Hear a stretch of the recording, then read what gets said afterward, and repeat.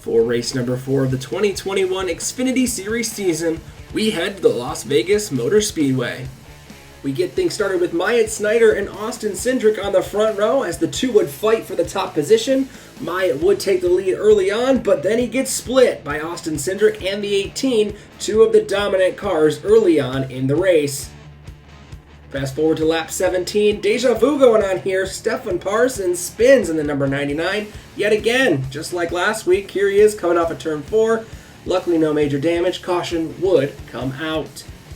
For much of stage number 1, the number 22 Ford Mustang of Austin Cindric for Team Penske would remain up front. And he would go on to win stage number 1 early on in Las Vegas. We start stage number 2. Daniel Hemric gets a good run off the restart, and he would take the lead over Cindric and be able to lead a few laps. Lap 56, problems for Austin Cindric. He's got a tire issue up high. Can he make it down to the pits? Not able to do it. He would have to continue forward slowly. He could lose many laps, but fortunately for the 22, the 54 and 98 get together shortly thereafter. The yellow would come out after major contact. The number 98 of Riley Herbst would be hit by the 54 of Ty Dillon after getting loose on turn 2. Riley would unfortunately finish last. Lap number 65 sees Daniel Hemric up front of the field, but Ryan Sieg major damage as he comes into the tri-oval. We'll take a look at it here.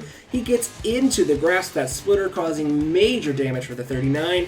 Unfortunately, he would finish further back. Daniel Hemric leading up front for most of stage number 2. Can he finally break through and win the race? He would definitely win stage number 2 and set himself up for the final stage. Final stage gets underway. Brandon Jones outside Daniel Hemric. They race for the lead, but the 19 would prevail early on from the restart. Lap number 119 sees Daniel Hemric back underneath his teammate, diving into turn number 3 and using that 2 as a pick, and he would take the lead from his teammate. The number 16, however, closely following the number 18, getting by Brandon Jones on the inside, and Allmendinger would find his way to the front underneath the number 18 with the run off turn number 2, diving into turn 3, and he would make the pass and take the lead in the final stage. We next see green flag pit stops on 145 all the way to 155 with Justin Haley being the last on pit road. They want that fresh rubber to try to make their way towards the front and in case any late cautions. Speaking of, lap 174, Austin Cindric gets into the number 20 just enough in the tri-oval to get him to spin. Again, take a look here. The 20, just a few taps, is enough to get him around.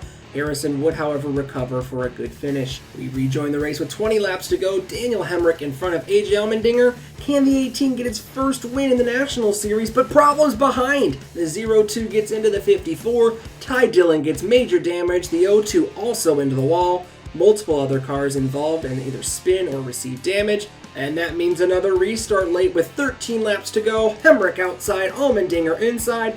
AJ gets the run and the push from the inside lane. He takes the lead off of turn number 2, and AJ Allmendinger would be in front of the field. Could Hemric with a good car catch up to him? No, the 16 would pull away and win the Elsco Uniforms 300 at Las Vegas.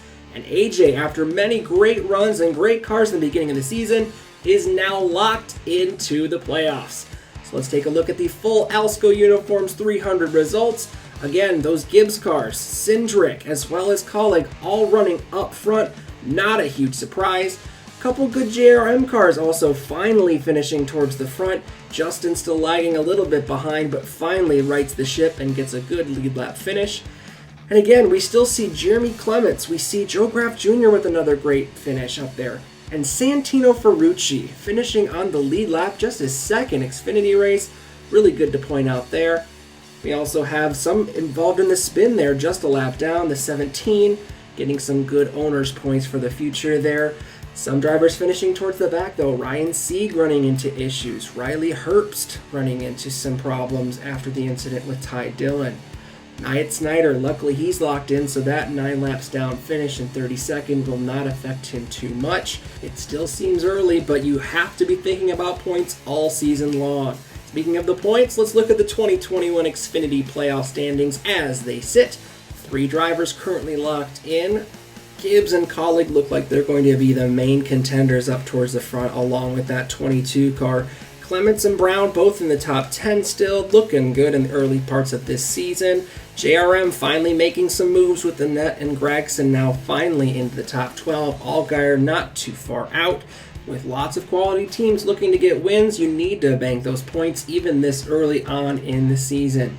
Next week, the Xfinity Series heads to the Phoenix Raceway for race number 5 of the season for the Call 811 Before You Dig 200. The race can be seen on FS1 Saturday, March 13th at 5:30 Eastern Standard Time. Be sure to like the video if you enjoyed it, and comment down below if you think JRM can get their first win of the season out in Phoenix. As always, subscribe to the Burnout Network for more great racing content, and until next time, burn it down!